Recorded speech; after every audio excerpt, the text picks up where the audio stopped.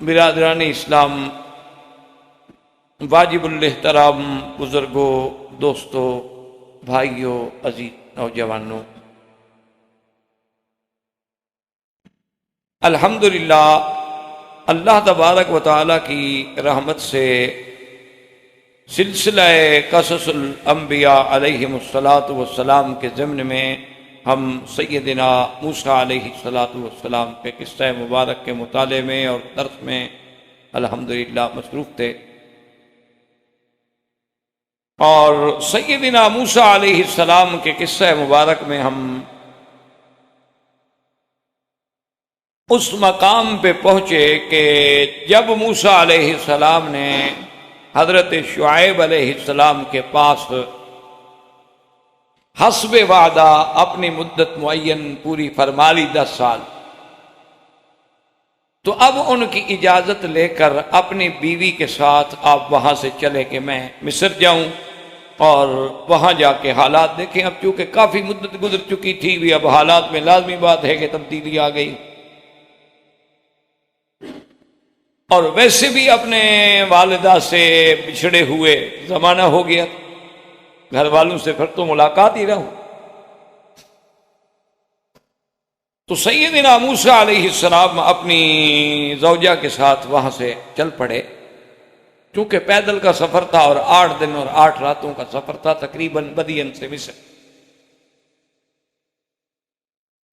اور کوئی اس دور میں اتنے راستے تو واضح نہیں ہوتے تھے۔ بہرحال اس کا انجام یہ ہوا کہ راستہ بھول گئے،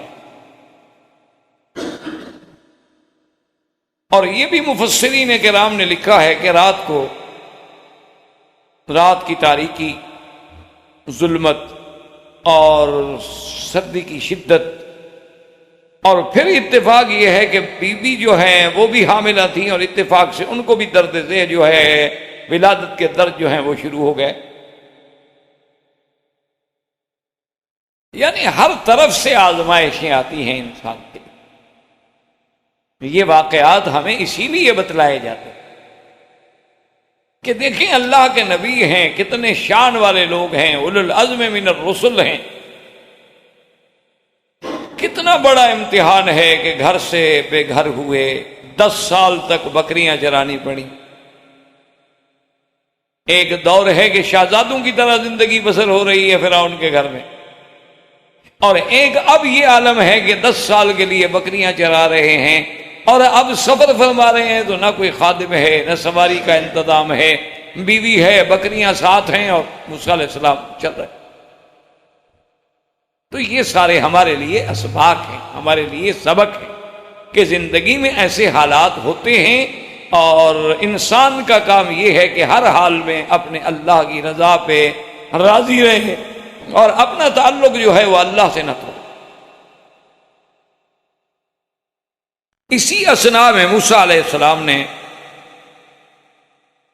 دیکھا کہ جانب طور جو ہے اس طرف سے ایک روشنی ہے جیسے آگ ہو، تو آپ نے اپنے آل سے فرمایا قال لأہلہم کسوا، اور اسی میں ساتھ یہ مسائل بھی تھوڑے تھوڑے سمجھ لیا کریں کہ جیسے آج کل روافض یہ کہتے ہیں نا کہ اہل بیت سے مراد جو ہیں وہ صرف سیدہ فاطمہ الزہرا اور حضرت حسن، حضرت حسین اور حضرت علی ہیں، ان کے علاوہ وہ کسی کو اہل بیت، یعنی خاص طور پہ ازواج رسول کو وہ اہل بیت نہیں مانتے۔ حضور صلی اللہ علیہ وسلم کی بیویوں کو وہ اہل بیت تسلیم نہیں کرتے۔ اصل میں بہرحال اس کا پس منظر ہے نہ ماننے کی وجہ یہ ہے کہ اگر وہ اہل بیت میں مان لیں تو پھر تو ابو بکر کی بیٹی بی بی عائشہ کو بھی اہل بیت میں ماننا ہوگا، حضرت عمر کی بیٹی حفصہ کو بھی ماننا ہوگا، حضرت معاویہ کی بہن ام حبیبہ کو بھی اہل بیت میں ماننا ہوگا، تو ان کے لیے تو پھر موت آتی۔ اس لیے وہ ابتدا سے ہی انکار کر دیتے ہیں کہ جی وہ تو اہل بیت ہے ہی نہیں، اور اہل بیت جو ہیں وہ کہتے ہیں جی وہ اہل بیت تو بس یہ 5 ہیں، حضور پاک اور باقی 4 ہم ہو گئے، 5 تن پاک ہیں، بس لی خمسۃ اطفی بہا حر الوباء الحاتمہ، المصطفیٰ والمرتضیٰ ابناہما والفاطمہ، بس وہ کہتے ہیں یہ ہیں 5، اس کے علاوہ کون ہے اہل بیت؟ بس یہ 5 تن جو ہے نا جی یہ پاک۔ اور ہماری یہ بڑی بدقسمتی ہے کہ ہمارا ان کا یعنی روافظ کا اور شیعہ کا ایک ملنگ یعنی مقصد ہے کہ بوٹی کے نشے میں رہنے والا، بھیک مانگنے والا، گلیوں میں پھرنے والا، جسے کوئی مذہب کا پتہ نہیں، دین کا پتہ نہیں، نماز کا پتہ نہیں، عبادت کا پتہ نہیں، لیکن وہ جب بھیک مانگتا ہے تو اپنے مذہب کی تبلیغ کرتا ہے کہ جی مجھے 5 اور 12 کا صدقہ خیرات دو، 5 تن کا صدقہ خیرات دو، تو وہ اپنے مذہب کی تبلیغ کرتا ہے۔ اور اہل سنت والجماعت ماشاءاللہ، پہلے تو اہل سنت ہوتے تھے حضور کی سنت سے، اب اہل سنت ہیں سن ہونے سے۔ جیسے بدن سن ہو جاتا ہے نا، پھر ٹیکا لگاؤ، چاقو لگاؤ، پتہ نہیں لگتا۔ یہ انہوں نے آپریشن کرنا ہو نا، سن کرتے ہیں پہلے، ہم سن ہو گئے اس لیے سنی ہے کہ ہمارے اہل سنت والجماعت نے کبھی کہا ہے آپ سے کہ انہوں نے بھی چلتے پھرتے ابو بکر، عمر، عثمان، علی کا نام لیا؟ سوال نہیں پیدا۔ ان کو تو یہ بھی پتہ نہیں کہ حضرت ابو بکر کا نام کیا ہے۔ یعنی ہمارے اچھے خاصے اہل سنت کو پتہ نہیں ہے کہ حضرت ابو بکر کا نام کیا ہے، اسلام سے پہلے کیا تھا، اسلام کے بعد کیا ہے، صدیق کیا ہے، لقب ہے، کنیت ہے۔ ابی بکر اگر کنیت ہے تو کیوں کنیت ہے؟ اچھے خاصے اہل سنت کو بھی علم ہے، اور ویسے اشتہار دیں گے لمبے چوڑے اہل سنت والجماعت اور سنتوں بھرے اجتماع۔ معلوم یہ ہوتا ہے کہ ساری سنتوں کا ٹھیکہ ان نے لیا ہوا۔ انا للہ و انا الیہ راجعون، آدمی اور کیا کہہ سکتا ہے؟ اللہ کے آگے فریاد کے علاوہ کیا کیا جا سکتا ہے؟ ایک رونا ہے جب قومیں بے حس ہو جائیں تو ان کو کیا کیا جا سکتا ہے؟ اب ہماری تقریروں سے کیا جاگیں گے؟ یہ تو پھر ہماری قوم تو اس حال میں پہنچ گئی ہے نا کہ جیسے علامہ اقبال نے کہا تھا کہ خدا تجھے پھر کسی طوفان سے آشنا کر، کہ خدا تجھے پھر کسی طوفان سے آشنا کر دے کہ تیرے بحر کی موجوں میں اس طرح میں تو روز پڑھتے ہیں نا لوگ کہ آج اسرائیلیوں نے اتنے فلسطینیوں کو مار دیا، آج ہندوؤں نے کشمیر میں اتنے مسلمانوں کو مار دیا۔ جہاں دکھ ہوتا ہے جہاں مجھے خوشی بھی ہوتی ہے کہ اچھی بات ہے، اسی طرح ہم جاگیں گے، اور جس دن ہم جاگ گئے اسی دن کفر مٹ جائے۔ یہ ہمیں جگانے کے لیے مارا جا رہا ہے، یہ اللہ کا نظام ہے۔ جتنا مرضی آئے آپ ظلم کر لیں، جتنا مرضی آئے آپ خون بہا لیں، ظلم پھر ظلم ہے، بڑھتا ہے تو مٹ جاتا، اور خون پھر خون ہے، بہتا ہے تو جم جاتا۔ جاگے گا مسلمان۔ ساری دنیا سے یہود کٹھے ہو رہے ہیں، وجہ کیا ہے؟ یہودیوں نے مرنا ہے، تو پھر ہم ڈھونڈتے تو نہ پھریں ایک دن ان کو، کہاں ماسکو میں کہاں ہیں، کہاں کہاں ہیں، ہر جگہ سے اب آ رہے ہیں جی ہمارا ملک، ہم اکٹھے ہوں جی، آئیں اہلاً وسہلاً۔ یہ تو کوئی خوف والی بات نہیں ہے، مسلمان کو جگانے کے لیے۔ وجہ کیا ہے کہ ہم سو گئے۔ اب یہ عرب ہے نا جی، یہ سوئے ہوئے ہیں شیر، لیکن اب یہ خواب غفلت میں ہے۔ لیکن جس دن یہ جاگ جاتا ہے نا تو پھر اس کی تاریخ ہے، پھر اس میں خالد بن الولید پیدا ہوتا ہے، پھر اس میں محمد بن القاسم پیدا ہوتا ہے، پھر اس میں مصعب بن عمیر پیدا ہوتا ہے، پھر اس میں صلاح الدین ایوبی پیدا ہوتا ہے، پھر اس میں بابر پیدا ہوتا ہے، اور غریب غریب گھرانوں کے لوگ پیدا ہو کے جناب نشاط ثانیہ آگ نشاط بدل ڈالتے ہیں اور مردہ اسلام کو پھر زندہ کرتے ہیں۔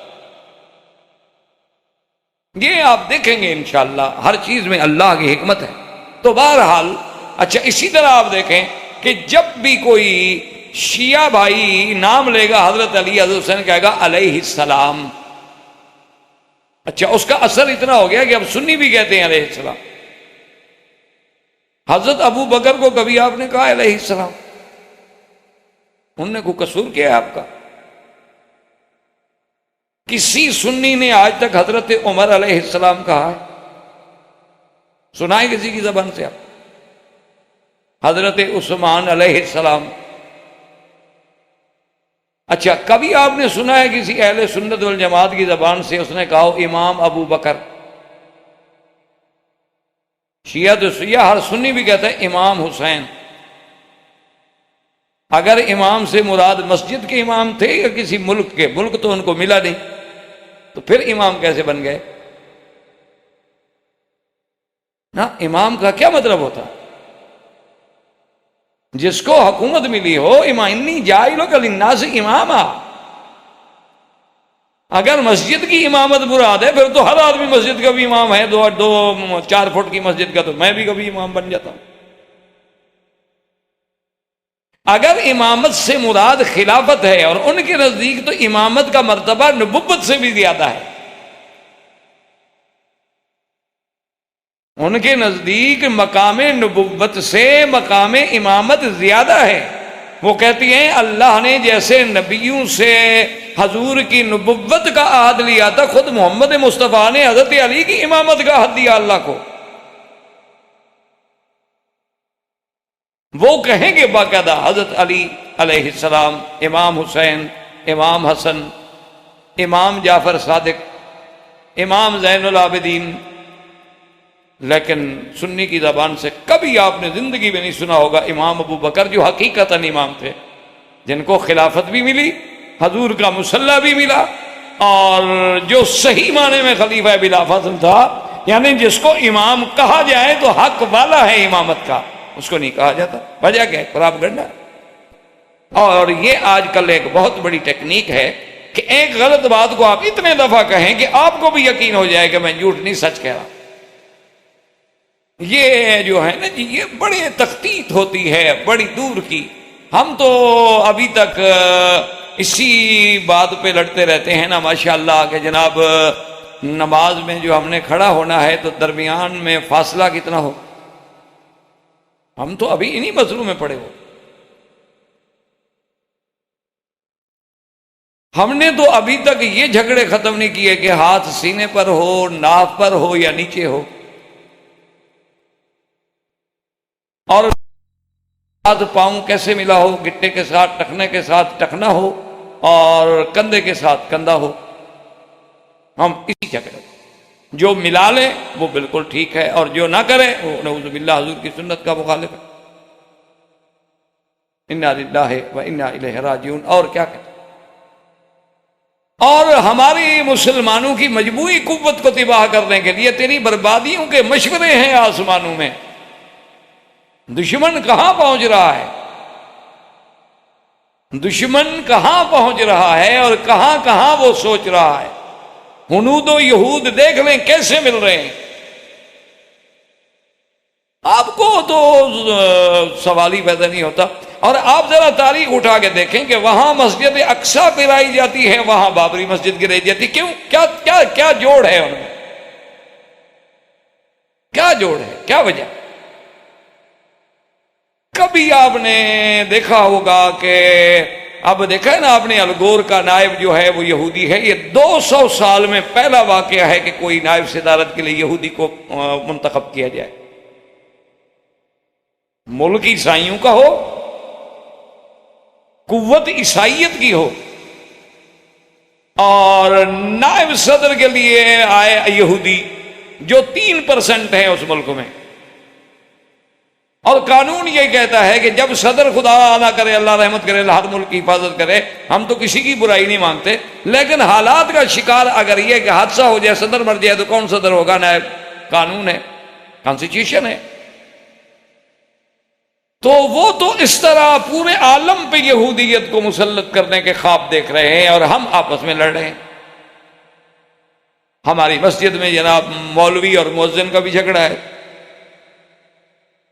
ہمارے اہل سنت کے اندر جو جماعتیں ہیں نا، وہ گننا شروع کریں تو کم از کم مجھے تو کمپیوٹر خرید کر کے دیں تو اس پر میں جمع کر کے آپ کو بتا دوں، بتا سکتا ہوں، مطلب میں نہیں بتا سکتا۔ جو اہل سنت میں ہیں، باقی کو چھوڑیں۔ اور پھر ان کے معمولی جھگڑے نہیں، کفر و اسلام کے جھگڑے ہیں۔ بڑے کھلے دل سے ایک آدمی کہہ دیتا ہے کہ جی چونکہ آپ نے امام کے پیچھے فاتحہ نہیں پڑھی، نماز نہیں ہوئی۔ وہ کیا کہہ رہے ہو؟ نماز نہیں ہوئی تو مسلمان کیسے رہا ہو؟ جب ان کی نماز ہی نہیں ہوتی اور ایک نماز کا تارک جو ہے وہ کافر ہے، تو اس کا مطلب یہ ہے کہ ہم نے گھر بیٹھے ہوئے کروڑوں مسلمانوں کو ایک مسئلے پہ کافر بنا دیا۔ یہ کوئی معمولی سی بات ہے، ایک لفظ کہہ دو بس اتنا سا کہ جی بس نماز ہی نہیں ہوتی۔ خدا کے بندے ہوش کرو، سوچو کہ 50 ہجری سے یہ بات ہے، صحابہ کے زمانے سے یہ بات آ رہی ہے، تو اس دور میں بھی جو لوگ اس پہ عمل کرنے والے تھے ان کی بھی نماز نہیں ہوتی تھی۔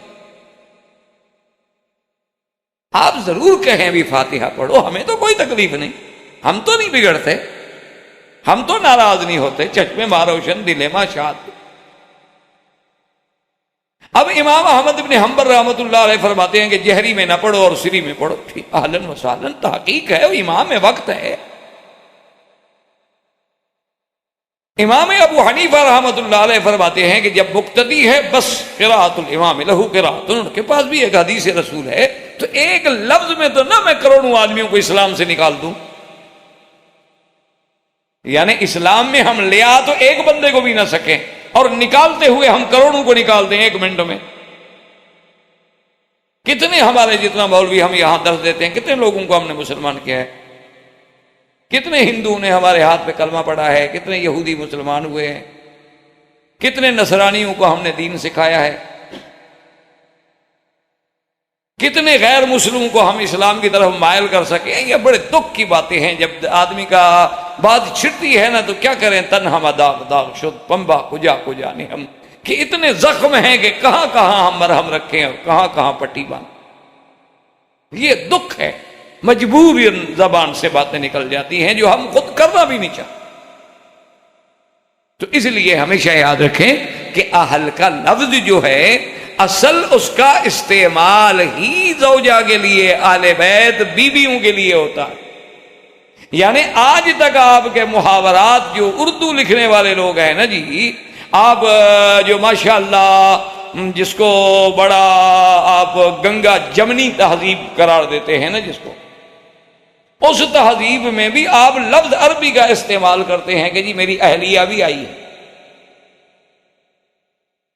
یعنی آج تک یہ، حالانکہ اردو زبان ہے، آپ کے ہاں اردو ہے، تلگو ہے، آپ کے ہاں ہندی ہے، آپ کے ہاں سنسکرت ہے، آپ کے ہاں گرمکھی ہے، بڑی زبانیں ہیں آپ کے ہاں، لیکن وہاں بھی جب کوئی مسلمان کسی کو خط لکھے گا تو صاحب یہ کیا آپ کو لکھا بھی اہلیہ محترمہ کو بھی میری طرف سے سلام عرض کر۔ تو لفظ اہلیہ یعنی ہمارے محاورات میں بھی بیوی کے لیے استعمال ہوتا ہے۔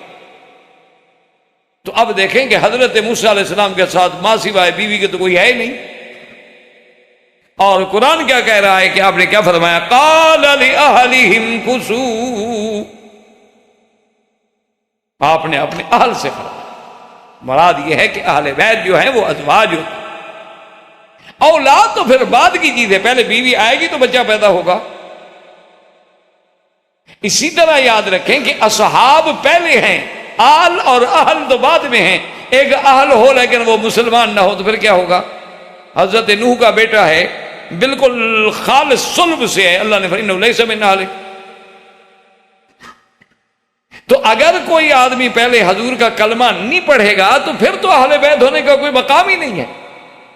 کلمہ جب پڑھیں گے تو آپ صحابی بنیں گے، صحابی کے بعد چونکہ قرابت داری تھی تو آپ اہل بیت بھی ہیں۔ اصل مقام تو وہ ہے حضور کے ہاتھ میں بیعت کرنا اور اسلام لانا، ورنہ حضور کے کتنے رشتہ دار ہیں جو اسلام نہیں لے آئے۔ ابی طالب چچا ہے، ابی لہب چچا ہے، اور ابی لہب کی بیوی ہے قرآن نے جس پہ اتنی بڑا سخت لفظ اللہ نے اتارے ہیں کہ قیامت تک پڑھے جائیں گے، تبت یدا ابی لہب وتب، اور آخر میں وامرأتہ حمالۃ الحطب فی جیدہا حبل من مسد۔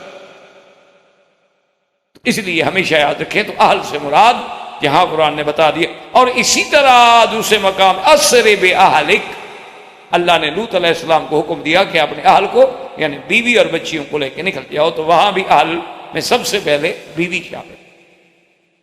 سیدنا ابراہیم علیہ السلام کے ضمن میں بھی آپ پڑھ چکے ہیں کہ جب فرشتوں نے آ کے خوشخبری دی تو بی بی نے کہا عجیب بات ہے، آلد انا عجوز وہذا بالی شیخا، میں بوڑھی ہو گئی، میرا خامد بھی بالکل بوڑھا ہو گیا، اب تو ہم اس عمر سے بھی گزر گئے جہاں اولاد کی توقع ہوتی ہے، اب ہمیں اولاد ہوگی۔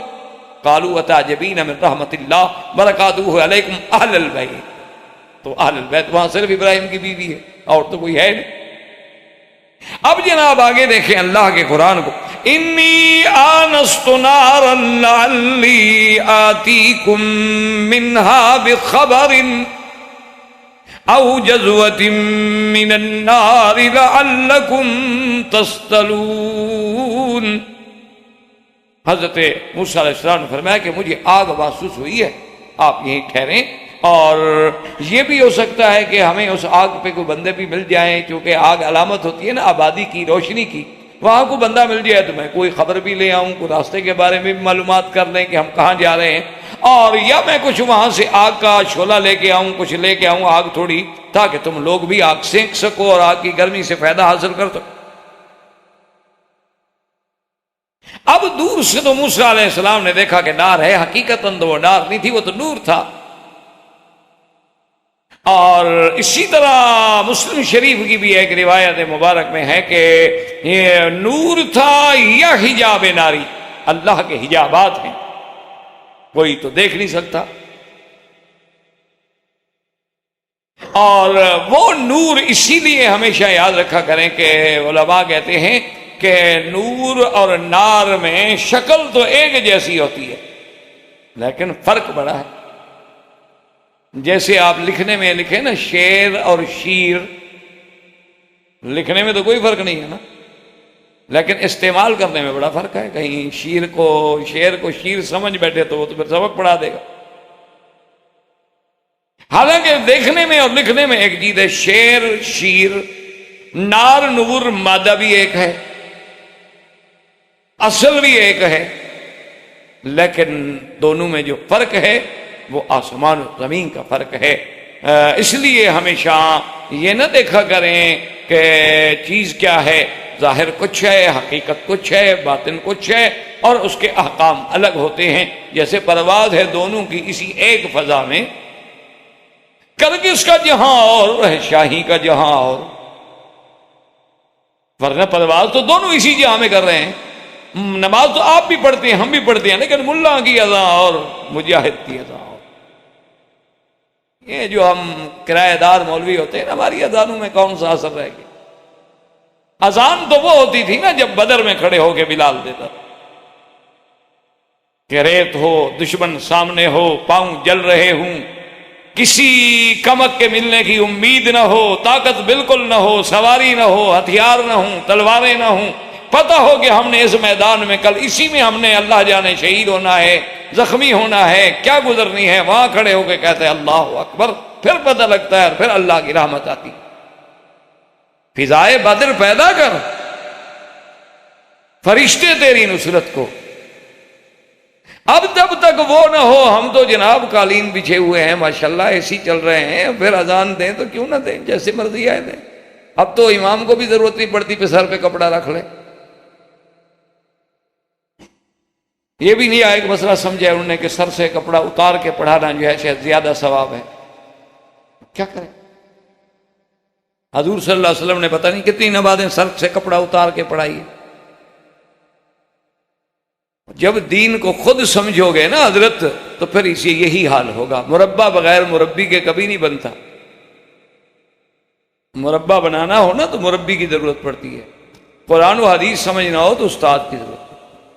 جب خود سمجھنے کی کوشش کرو گے تو پھر یہی ہوگا جو ہو رہا ہے، اور اللہ آگے خیر کرے۔ اللہ تبارک و تعالی ہمیں صحیح معنوں میں کتاب و سنت کا تابع اور غلام بنائے۔ تو بہرحال جناب اب موسیٰ علیہ السلام نے جب دیکھا تو چل پڑے۔ جب ادھر آئے تو دیکھتے ہیں کہ عجیب کیفیت ہے کہ بالکل ایسی آگ ہے کہ پورے درخت پہ آگ ہے لیکن درخت سرسبز ہے۔ حیران ہو گیا ابھی یہ کیسے؟ آگ تو جلا دے نا جی، آگ تو بھڑکتی ہی تب ہے جب کسی چیز کو، درخت کو، لکڑیوں کو جلا ڈالے گی تو اور زیادہ بھڑکے گی۔ یہ کیسی آگ ہے کہ بالکل آگ بھی بہت تیز ہے، روشنی بھی بڑی تیز ہے، لیکن جو قریب جاتے ہیں اور نظر پڑتی ہے تو درخت میں تو کچھ نہیں، درخت اسی طرح سرسبز ہے، اس کی سبزی میں بھی اور اضافہ ہوتا جا رہا۔ جب اس طرف آپ تشریف لے گئے فلما آتاها نودی من شاطئ الوادی الایمن فی البقعۃ المبارکۃ من الشجرۃ ان یا موسیٰ انی انا اللہ رب العالمین. آپ جب آئے جناب، یعنی آپ مستقبل القبلہ تھے اور آپ کے یمین پہ وہ وادی مبارک تھی. اچھا، یہاں قرآن پاک نے چونکہ قاعدہ ہے، جیسے آپ پڑھ چکے ہیں کہ قرآن مقدس جو ہے اس کا ایک اسلوب ہے، انداز ہے کہ القرآن یفسر بعضہ بعضا، ایک جگہ اختصار ہوگا دوسری جگہ اس کی تفصیل بیان کر دیں گے. دوسری جگہ قرآن پاک یہ کہتا ہے کہ جب موسیٰ علیہ السلام وادی مبارک میں آئے تو پہلا حکم ہوا فَخْلَعْنَ عَلَيْكَ إِنَّكَ بِالْوَادِ الْمُقَدَّسِ طُوًى. سب سے پہلا حکم یہ ہوا کہ موسیٰ علیہ السلام تم ایک وادی مبارکہ، یہاں بقعۃ، یہاں قرآن نے اس آیت میں کہا فی البقعۃ المبارکہ، وہاں فرمایا بالوادی المقدس. تو معنی یہ ہوا وہ اتنی حرمت والی، برکت والی، تقدیس والی وادی ہے. اللہ نے حکم دیا موسیٰ علیہ السلام جوتا اتار دے فَخْلَعْنَ عَلَيْكَ. اب خود اندازہ کریں کہ ایک وادی مقدس میں نبی جائے تو اللہ حکم دے جوتا اتار دو اور تم جہاں چاہے جوتا پہن کے آ جاؤ. کیا کرے آدمی؟ کون کون سا مسئلہ سمجھائے، کس کس مسئلے کو روئے. کہتے ہیں جی بالکل مسجد میں جوتا جائز ہے، ہاں جی بالکل جائز ہے، ہم بھی مانتے ہیں جائز ہے. کون کہتا ہے نہ جائز ہے؟ حدیث میں حضور پاک نے خود جوتا پہن کے نماز پڑھی ہے. حضور صلی اللہ علیہ وسلم نے جوتے مبارک کے ساتھ نماز پڑھی ہے. لیکن خدا کے لیے اس ماحول پہ غور کریں، اس زمانے میں مدینہ منورہ کی سڑکوں پہ غور کریں، صحابہ کی خوراک پہ غور کریں، اور اس کے بعد پھر نبی کا تعلق دیکھیں اللہ کے وحی کے ساتھ. کہ جبریل نے آگے خبر دی حضور آپ کے جوتے میں کچھ لگا ہوا ہے، جوتا اتار دیں. تو ہم کہتے ہیں آج بھی اگر جوتا پاک ہے تو جیسے کپڑا پاک پہن کے نماز پڑھ سکتے ہو، جوتا پاک بھی پہن کے نماز پڑھ سکتے ہو. کوئی جھگڑا ہی نہیں، کوئی اختلاف ہی نہیں. لیکن خدا کے لیے بات کو سمجھو تو صحیح نا. آخر یہ کہاں لکھا ہوا ہے کہ تمہارا جوتا ربڑ کا ہو اور 1 کلو پانی اندر ہضم کر لیتا ہو وہ پہن کے مسجد میں آ جاؤ؟ یہ کس کتاب میں لکھا ہوا ہے؟ اس لیے خدا کے بندے، بات یہ ہے کہ اگر کپڑا پلید ہے تو کپڑا پہننا بھی تو نماز میں جائز نہیں. چادر پلید ہے، پاجامہ پلید ہے، شلوار پلید ہے تو وہ بھی تو جائز نہیں نا. اگر پاک ہے تو جائز ہے، اور جوتا تمہارا پاک ہے، تم نے مسجد کے لیے نماز کے لیے بنایا ہے، اہلاً و سہلاً، بالکل لاکھ دفعہ پہنو، کوئی بات نہیں. اور دوسری بات یہ ہے کہ صرف ایک حدیث تو نہ پڑھ لو نا، دوسری حدیث بھی پڑھو کہ آدمی جب سجدہ کرتا ہے تو علی 7 اعضاء، 7 اعضاء پہ سجدہ کرتا ہے. یعنی ہاتھ بھی سجدے میں، یہ جگہ بھی سجدے میں، دونوں گھٹنے بھی سجدے میں، اور پاؤں کی انگلیاں بھی سجدے میں. اب اگر جوتا ایسا ہو کہ انگلیاں سیدھی ہو ہی نہ سکیں تو پھر کیا کریں گے آپ؟ ان کا بھی تو سیدھا ہونا ضروری ہونا. لیکن جو انہوں نے، اچھا دوسری ہماری برادری ہے ماشاءاللہ، وہ جو سبحان اللہ اہل سنت کہلانے والی، انہوں نے بھی خوب سمجھا ہے. انہوں نے کہا جناب دیکھو کہ موسیٰ علیہ السلام کو تو وادی مقدس میں جوتا اتارنے کا حکم مل گیا، لیکن ہمارے نبی کی شان ایسی ہے، اللہ نے فرمایا کہ محمد مدنی آپ جوتے کے ساتھ عرش پہ آ جائیں. وہ جناب یوں سمجھے کہ حضور جب معراج پہ گئے تو اللہ نے فرمایا کہ میرا محبوب آپ کے لیے کیا ہے، آپ تو بالکل اپنے جوڑے کے ساتھ آ جائیں نا عرش اللہ پہ آپ آ جائیں. وہ ظالم ہو، پہلے تو اللہ کا نبی عرش پہ گئے ہی نہیں. وہ خدا کا خوف کرو. معراج میں یہ کہاں لکھا ہوا ہے کہ حضور صلی اللہ علیہ وسلم عرش پہ بھی تشریف لے گئے؟ جب عرش پہ جانا ہی ثابت نہیں ہے تو پھر جوتے کا کیا معنی؟ اور پھر یہ کس کتاب میں لکھا ہوا ہے کہ اللہ نے فرمایا کہ میرے پاس آ جائیں، اس کا معنی یہ ہے کہ آپ جوتے بھی نہ اتاریں؟ کچھ ایسے تو نہیں کہ محبت میں آ کے خود دین کو بڑھا دیں.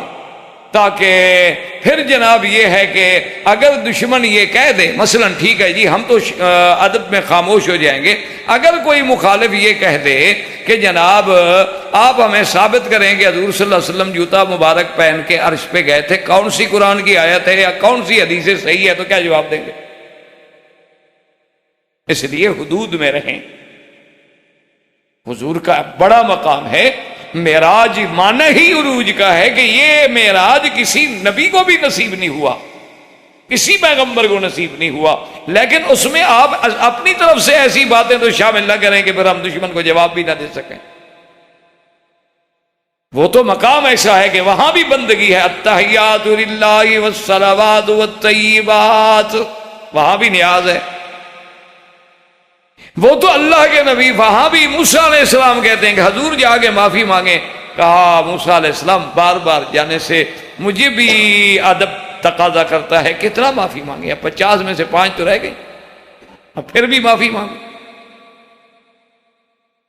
تو اس لیے ہمیشہ یاد رکھیں کہ وادی مبارک ہو، مسجد مبارک ہو، کعبہ مبارک ہو، اب اس میں مصلے بچھے ہیں، قالین بچھے ہیں، سنگ مرمر لگ گئے ہیں، اور حالات ایسے ہیں، اور باہر پانی عام ہیں، پھر ہمارے جوتے ربڑ کے ہیں، وہ سپنج کی طرح پانی کو اندر رکھ لیتے ہیں، اس میں مسجد میں تلوث کا خطرہ ہے، تو کوئی بھی اجازت نہیں دیتا، بات کو سمجھیں۔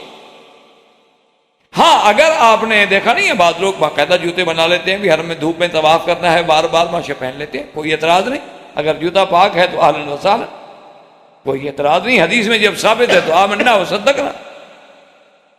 اب موسیٰ علیہ السلام جناب جب وہاں قریب آواز آئی کہ اننی انا اللہ رب العالمین، کہ موسیٰ علیہ السلام میں رب العالمین بات کر رہا ہوں، تو روایات میں آتا ہے کہ موسیٰ علیہ السلام کی زبان مبارک سے جو نکلا تو یہی نکلا کہ لبئی لبئی لبئی، حاضر یا اللہ، حاضر یا، میں تو تیرا ایک بندہ۔ اب یہاں قرآن پاک کہتا ہے کہ وَأَنْ أَلْقِ عَصَاكَ، یہاں اختصار ہے، سورۃ طٰہٰ میں ہے وَمَا تِلْكَ بِيَمِينِكَ يَا مُوسَىٰ قال هي عصاي اتوكأ عليها واهش بها على غنمي ولي فيها مآرب اخرى۔ وہاں یہ ہے کہ جب موسیٰ علیہ السلام آ گئے اس وادی مبارک میں، شجرہ مبارک کے پاس، اور اللہ نے کلام فرمایا، اور یاد رکھو یہ پہلا شرف ہے جو موسیٰ علیہ السلام کو ملا ہے کہ اللہ نے بغیر کسی واسطے کے کلام فرمایا، درمیان میں کوئی فرشتہ نہیں، خود کلام ہو رہا۔ اب موسیٰ علیہ السلام سے حکم ہوا، سوال ہوا کہ وَمَا تِلْكَ بِيَمِينِكَ يَا مُوسَىٰ، موسیٰ علیہ السلام تمہارے ہاتھ میں کیا ہے؟ اللہ تو جانتے ہیں، لیکن موسیٰ علیہ السلام کو اس مقام کیفیت سے بھی نکالنا ہے، وہ تو اب جناب جن کے اللہ جس کے ساتھ کلام کرے تو موسیٰ علیہ السلام کا کیا حال ہوگا۔ اور دوسری بات یہ ہے کہ تنبہ بھی ہو جائے، جب یاد دلایا جائے، آدمی کہا جائے نا کہ آپ جانتے ہیں کہ بھئی آپ کے ہاتھ میں جی کیا ہے، تاکہ وہ جاگے، سوچے، تیقن ہو جائے۔ تو حضرت موسیٰ علیہ السلام نے عرض کیا کہ مولا کریم ہے عصا ہی، عصا ہے، میرا عصا ہے، لکڑی ہے۔ اسی لیے جیسے آپ نے قصہ یوسف علیہ السلام پڑھا ہے، تو قصہ یوسف علیہ السلام میں جو عمود ہے نا جی، یعنی جو بنیاد ہے، اور جس چیز کا یوں سمجھ لیں کہ بار بار تذکرہ ہے، وہ قمیص یوسف ہے۔ اور قصہ موسیٰ علیہ السلام نے اللہ نے جو ان کا قصے کا عمود ہے وہ عصائے موسیٰ علیہ السلام۔ اور بعض علماء نے تو یہاں تک لکھا ہے کہ یہ عصا بھی کوئی معمولی عصا نہیں تھا، بلکہ یہ حضرت آدم علیہ السلام کا عصا تھا، اور وہ حضرت شعیب تک پہنچا، اور حضرت شعیب نے حضرت موسیٰ علیہ السلام کو دیا، کیونکہ یہ چیزیں تو محفوظ رکھی جاتی ہیں، کوئی معمولی بات تو نہیں ہوتی نا کہ اللہ کے پیغمبر کا حضرت آدم علیہ السلام کا عصا ہو، اور پھر وہ منتقل ہوتے ہوتے آپ کی اولاد میں نبی در نبی در نبی پہنچتے پہنچتے پھر حضرت موسیٰ علیہ السلام کے پاس پہنچے۔ اور بعض علماء فرماتے ہیں کہ نہیں، وہ مطلقاً عصا تھا۔ اور بعض روایات میں یہ بھی آیا ہے کہ جب آپ شعیب علیہ السلام کے گھر میں تھے تو انہوں نے گھر میں کافی لکڑیاں، کافی عصا رکھے ہوئے تھے، چونکہ پہلے دور میں تو انسان کی حفاظت کا ذریعہ لکڑی ہوتی تھی۔ یہ تو اب جناب ایسی ایسی ایجادات ہو رہی ہیں ہلاکت انسانیت کی کہ اللہ حفاظت میں رکھے۔ جو لوگ سب سے بڑے محافظ انسانیت ہیں، حقوق انسانیت کے چیمپئن ہیں نا، ہلاکت انسانی کی چیزیں بھی وہی بنا رہے ہیں۔ دیکھ لیں آپ کے کھانے کے دانت کیا ہیں اور دکھانے کے دانت کیا ہیں۔ ویسے حقوق انسانیت کے علم بتا، ایک کتے کو بھی تکلیف ہو جائے تو جناب پریس میڈیا چیخ پڑتا ہے، اور سب سے پہلے خستار وار کرنے والے لوگ ہیں، آسمانوں پہ بھی قبضہ کر رہے ہیں کہ جلدی سے دشمن کو تباہ کر سکے۔ کیسی قومیں ہیں، کیسے فراڈ ہیں، کیسے منافقت ہے، کتنے دوغلے ہیں، اور ہم مسلمان کتنے سادے ہیں کہ اسی عطار کے لونڈے سے دوا لیتے ہیں۔ ہم کتنے سادے ہیں، سبحان اللہ۔ اب جناب یہ ہے کہ بعض علماء نے یہ لکھا ہے کہ حضرت شعیب کے گھر میں کافی لکڑیاں تھیں، تو اب بکریاں چرانے کے لیے تو ضرورت ہی لکڑی کی ہوتی ہے، تو حضرت شعیب علیہ السلام نے فرمایا موسیٰ علیہ السلام سے کہ بیٹا اندر جائیں، کافی لکڑیاں کھڑی ہیں، کوئی ایک لکڑی آپ پسند کر کے اٹھا لیں۔ تو خدا کی شان ہے کہ موسیٰ علیہ السلام کا ہاتھ اسی لکڑی پہ گیا جو حضرت آدم سے منتقل ہوئی تھی، کیونکہ آخر اٹھانے والا بھی تو نبی تھا نا۔ پھر تو جب وہ لکڑی لے کے آئے تو انہوں نے فرمایا کہ بیٹا میں کسی کو تو نہیں دیتا ہوں، لیکن اب تمہارے نصیب میں ہے۔ تو یہ وہ لکڑی تھی۔ اور بعض نے کہا کہ نہیں، قرآن نے پابندی نہیں لگائی، قرآن تو بالکل اپنے اسلوب سے قال ہی عصائی، یا اللہ آپ جانتے ہیں، آپ عالم ہیں، لیکن یہ میرا لکڑی ہے، اتوکأ علیہا واہش بہا علی غنمی ولی فیہا مآرب اخری، کہ پروردگار عالم میں کبھی تھک جاؤں تو ٹیک لگا لیتا ہوں، ذرا آسرا کر دے، سہارا مل جاتا ہے، آدمی ٹیک لگا دے۔ وَأَحُشُّ بِهَا عَلَىٰ غَنَمِي، اور اپنے بکریوں کو چرانے کے لیے درختوں کی پھلیاں پتے اتارنے ہوں تو لکڑی مار کے اتار لیتا ہوں۔ وَلِيَ فِيهَا مَآرِبُ أُخْرَىٰ، اور پھر اس لکڑی میں اور بھی میری کئی کام ہیں، کئی فائدے ہیں جو میں ان سے حاصل کرتا ہوں۔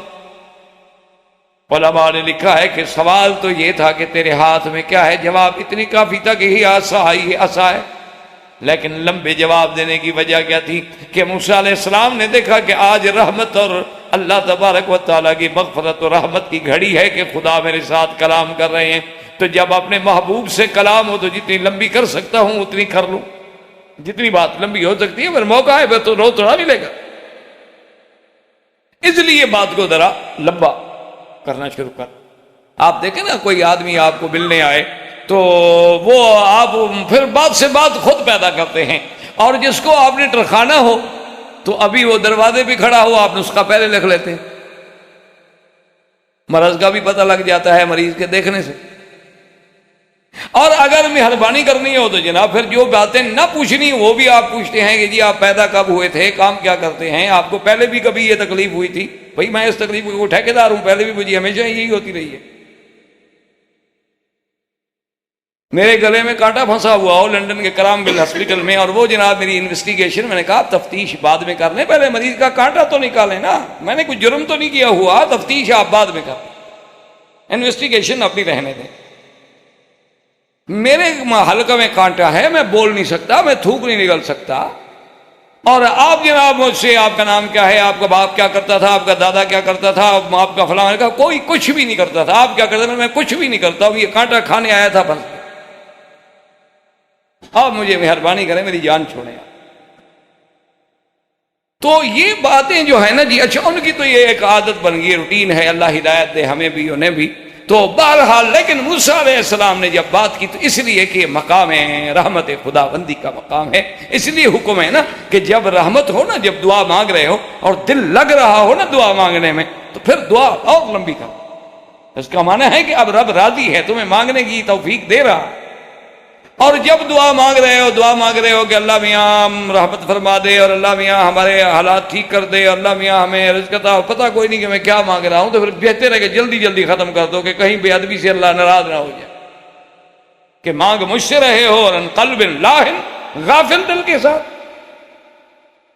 برزباں تسبیح ہو در دل گاؤ خر، زبان پہ سبحان اللہ ہے اور دل میں خیال ہے کہ میرے گدھے کا کیا حال ہوگا، اس کو کسی نے گھاس ڈالی ہوگی کہ نہیں ڈالی ہوگی۔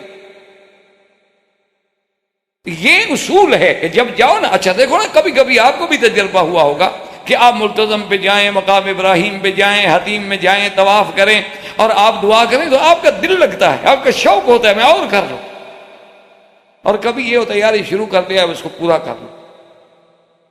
اس لیے جب دل لگے نا، سمجھو کہ یہ رحمت کی گھڑی ہے، اللہ کہتا ہے میرے بندے مانگ، میں آج دینے پہ راضی ہوں تجھے، اسی وقت سے فائدہ اٹھایا کر، وہی تو وقت ہوتا ہے لینے کا۔ بادشاہ ہر وقت تو راضی نہیں ہوتے نا، بادشاہ تو بادشاہ ہوتے ہیں نا، وہ تو بادشاہوں کا بادشاہ ہے، پکارتے رہو مرضی اس کی نہ سنے۔ اللہ کے نبی یعقوب علیہ السلام بھی کئی سال پکارتے رہے، نہیں سنا، ایوب علیہ السلام کی نہیں سنی، تو ہم کون ہیں؟ لیکن اگر وہ سننے پہ راضی ہو جائے تو پھر تو پکڑ لو نا، پھر چھوٹی موٹی چیزیں نہ مانگا کرو کہ اللہ میاں دو آنے دے دے، مانگنا ہے جس سے اس کی شان کو دیکھ کے مانگا کرو، اس کی عظمتوں کو سامنے رکھ کے مانگا کرو۔ آپ کل چلے جائیں بادشاہ کے پاس، جب لے جی کیوں آئے آپ؟ وہ جی میرے پاس رات روٹی کے لیے پیسے، میں نے کہا 2 ریال لے آؤں، کہا پکڑ کے اس کو لگاؤ 2-4 ٹائم، یہ آیا ہی مجھ سے 2 ریال مانگنے کے لیے بیوقوف۔ وہ چیز مانگو نا جو اس کے شان کے مطابق۔ تو جب کائنات سماوات والارض کے مالک سے مانگ رہے ہو تو کچھ مانگو، کوئی عزت کے فیصلے مانگو، وہ نعیم الدنیا والآخرہ مانگو، جنت مانگو جو شان دینے والے کے شان کے مطابق بھی ہے۔ یہ دنیا تو فانی چیز۔ اللہ تبارک و تعالی نے موسیٰ علیہ السلام سے فرمایا کہ القھا یا موسیٰ۔ اچھا آپ دیکھیں نا جی کہ موسیٰ علیہ السلام نے تو کہا تھا نا وَلِيَ فِيهَا مَآرِبُ أُخْرَىٰ، اس میں اور بھی بڑے کام ہیں۔ مقصد کیا تھا کہ جی اگر سامان اٹھانا ہو نا تو وہ بھی لٹکا لیتا ہوں، اچھا آگے اگر کوئی سانپ بچھو آ جائے اس کو بھی مار سکتا ہوں، اور جناب یہ ہے کہ اگر سایہ بنانا ہو تو اس کو کھڑا کر کے کپڑا بھی باندھ لیتا ہوں، کئی کام لیے جا سکتے ہیں۔ اللہ نے فرمایا تمہاری سوچ میں جو کام ہے نا وہ تو اپنی سوچ میں رہنے دو، اور دیکھو ہم اس اعصاب سے کیا کام لیتے ہیں، ہم تمہیں بتاتے ہیں کہ مارے بے اخرا اس میں کیا ہے۔ تمہاری سوچ تو کہیں ہوگی نا، پھر میرا فیصلے دیکھو۔ القھا یا موسیٰ فالقاها فاذا ہی حیۃ تسعیٰ۔ اللہ نے فرمایا اسے پھینکو، لکڑی پھینکی تھی، لکڑی سانپ پڑ۔ اچھا اب یاد رکھیں کہ قرآن پاک میں 3-4 مقام پہ ہر جگہ لفظ الگ ہے۔ یہاں ہے حیۃ تسعیٰ، اور ایک جگہ ہے جان، اور ایک جگہ ہے ثعبان مبین۔ قرآن میں 3 جگہ لفظ ہے، کأنہا جان ولا مدبرا، اور دوسری جگہ ہے کہ فإذا ہی ثعبان مبین۔ تو اب یاد رکھو کہ ثعبان مبین جان نہیا تو فرق ہے بھئی، ایک اژدہا ہے ایک پتلا سا سانپ ہے۔ تو آخر قرآن نے ایک جگہ تو کہا کہ بہت بڑا، اور ایک جگہ کہا کہ بالکل پتلا، ایک جگہ کہا سریع الحرکہ جان۔ تو اس لیے علماء نے فرمایا کہ یہ تعارض نہیں ہے اللہ کے قرآن میں، تضاد نہیں ہے اللہ کے قرآن میں۔ جیسے دشمن کہہ دیتے ہیں دیکھو جی اگر خدا کا کلام ہے تو ایک جگہ تو آپ کا خدا کہتا ہے حیۃ، تو حیۃ اور چیز ہے، ایک جگہ کہتا ہے جان تو جان اور چیز ہے، ایک جگہ کہتا ہے ثعبان تو ثعبان اور چیز ہے۔ تو یہ اللہ کا کلام کیسے ہوا جس میں تعارض ہے؟ تو یاد رکھو علماء نے لکھا ہے کہ تعارض نہیں ہے، اصل بات یہ ہے کہ کیفیت بھی الگ الگ ہے نا۔ ایک کو وہ وقت ہے جب موسیٰ علیہ السلام نے عصا ڈالا، ایک وہ وقت ہے کہ جب فرعون کے سامنے عصا ڈالا، ایک وہ وقت ہے جب جادوگروں کے سامنے عصا ڈالا۔ تو حالات اور وقت کے مطابق جیسے ضرورت تھی، سانپ تو لکڑی تو وہی تھی لیکن کیفیات اس کی مختلف ہو۔ اور بعض علماء کرام نے لکھا ہے کہ چاہے وہ بڑا ہو لیکن خفت میں، حرکت میں ایسے تیز تھا جیسے پتلا ہو. یعنی ایک چیز، بعض اوقات ایک موٹا سانپ ہے، ہل نہیں سکتا، پڑا ہوتا ہے، لیکن بعض موٹا بھی ہے اور سریع الحرکت بھی ہے. اس میں یہ ساری صفتیں تھیں. اچھا، اب موسیٰ علیہ السلام نے دیکھا تو جناب اللہ بھاگے خوف کے مارے. کیوں؟ یہ خوف فطری ہے، تقاضا انسانی ہے، بشریت انسانی کا تقاضا ہے کہ جب آپ سامنے دیکھیں گے تو کوئی یہ تھوڑا ہے کہ آپ بڑے سے بڑا بہادر آدمی کیوں نہ ہو گھبرا جائے.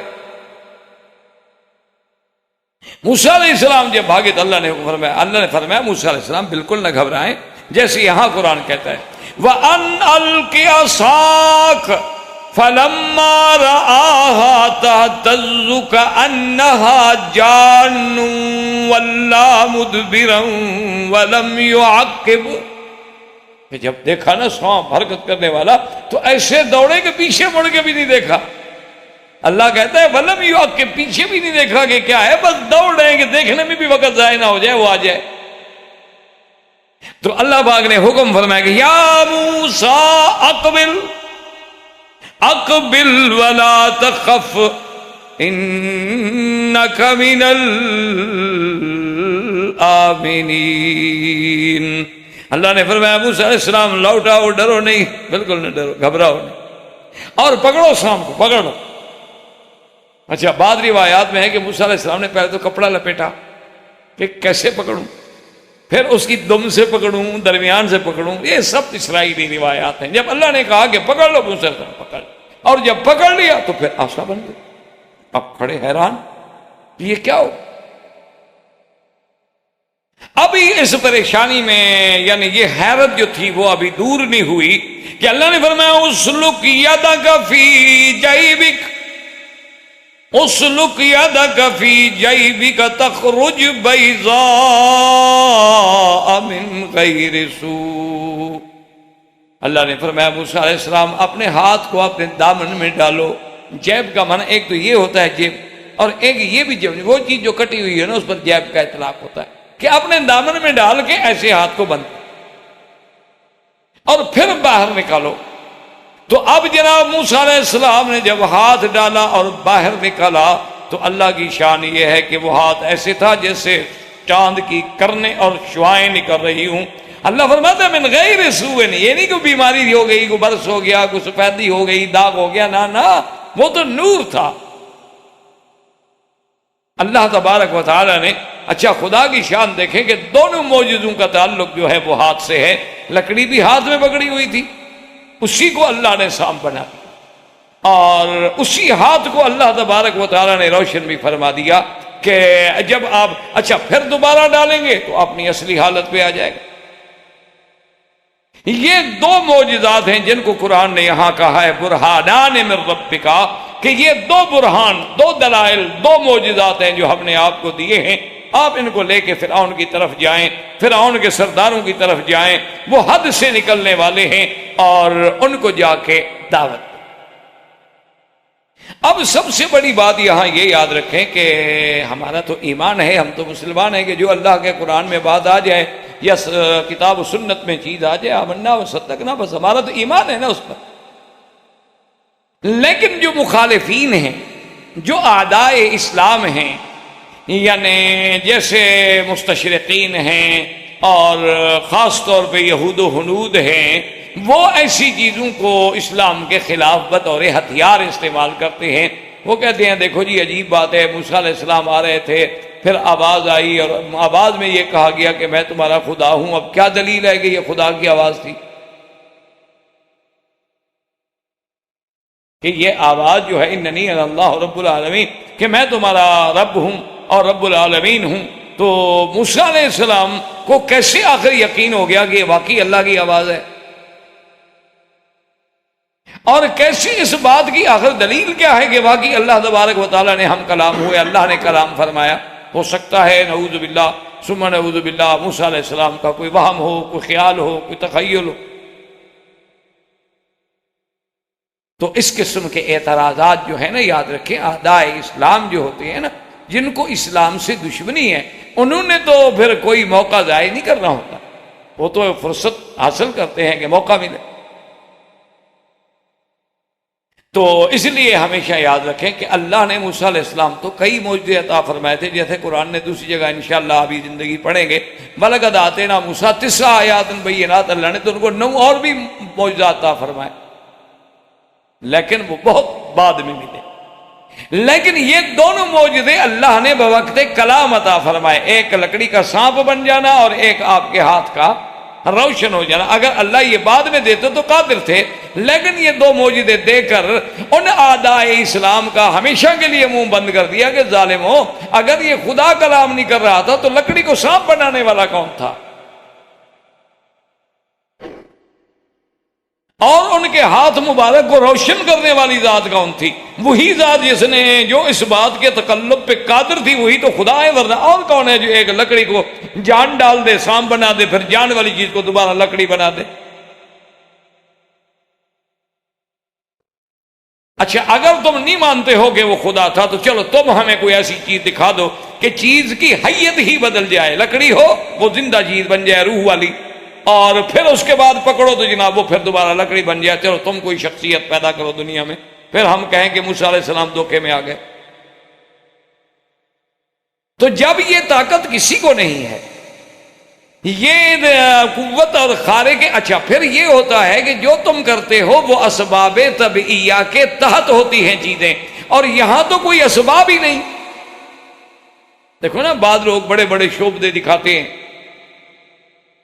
یا ایسے آپ نے دیکھے ہوں گے پامسٹ کے آپ کا ہاتھ دے کر آپ کو حالات بتا دیتے ہیں۔ چلو پھر بھی کوئی ہاتھ دیکھتے ہیں نا، ہاتھ پر کچھ نہ کچھ لکیریں تو ہیں نا، یہ الگ بات ہے کہ ہم ان کو جائز نہیں سمجھتے، لیکن اللہ نے کوئی چیز بے فائدہ یا بیکار تو نہیں پیدا فرمائی۔ یہ تو پھر بھی اسباب کی بات ہو گئی، ما تحت الاسباب۔ کمال تو یہ ہے کہ خارق عادت ہے اور کوئی اسباب نہیں۔ اللہ نے فرمایا کیا؟ انہوں نے کہا دیا سائے، فرمایا ڈال دو، ڈال دیا، سانپ بن گیا۔ اچھا، خذھا ولا تخف سنعیدھا فی سیرتھا الاولی، اٹھا لو نہ ڈرو، اور پھر اسی طرح ہو جائے گا جیسے پہلے تھا، اسی طرح ہوگی۔ اچھا، اللہ نے حکم دیا اپنے جیب میں ڈالو، ہاتھ کو ڈال دیا، نکالا، وہ پھر ڈال دیا، ٹھیک ہو گیا۔ تو یہ سب سے بڑی ان دو معجزات کا، برہان کا، دلائل کا موسیٰ علیہ السلام کو ملنا جو ہے، یہی دلیل تھی کہ ہم کلام ہونے والا جو ہے وہ رب العالمین۔ اور اس کے بعد اللہ نے حکم دیا کہ موسیٰ علیہ السلام انی اصطفیتک، ہم نے آپ کو اپنی رسالت کے لیے چن لی، اب آپ میرے رسول ہیں، میرے نبی ہیں۔ جیسے دوسرے مقام پہ تھے وَاسْتَنَعْتُكَ لِنَفْسِي، ہم نے چن لیا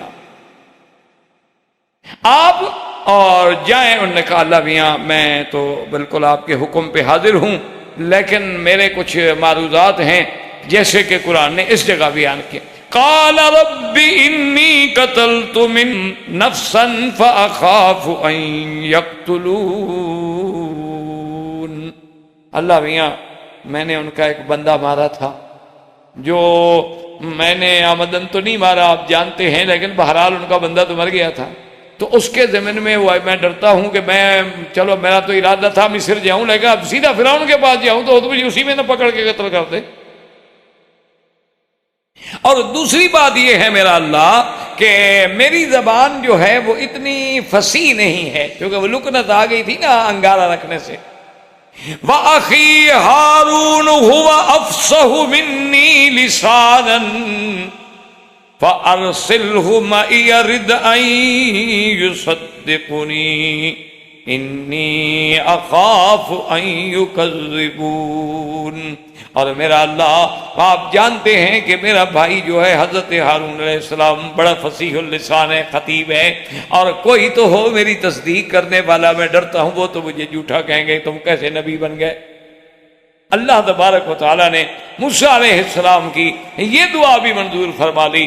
اللہ نے فرمایا اچھا ہم نے آپ کے بھائی کو بھی نبوت عطا فرمائی، اس لیے قرآن دوسری جگہ فرماتا ہے اذهبا إلى فرعون إنه طغى فقولا له قولا لينا لعله يتذكر أو يخشى۔ اللہ نے فرمایا کہ تم دونوں جاؤ فرعون کے پاس، اور اور جا کے اس کو بات کریں. لیکن دیکھیں میرے مولا کی شان, اللہ فرماتے ہیں اللہ جانتے ہیں کہ فرعون مسلمان نہیں ہوگا, یہ بھی اللہ جانتے, اللہ کے تو علم میں ہر چیز. لیکن ہدایات دیکھیں, تعلیم دیکھیں کہ نظام الگ چیز ہوتا ہے, علم الگ چیز. ایک ہے نظام کہ قانون بنا دیا گیا اس پہ عمل ہوگا, ایک ہے کہ وہ جانتے بھی ہیں, یہ الگ بات ہے. فرمایا کہ جائیں اور بات کریں تو بڑی نرم بات کریں, قولا لہو قولا لینا.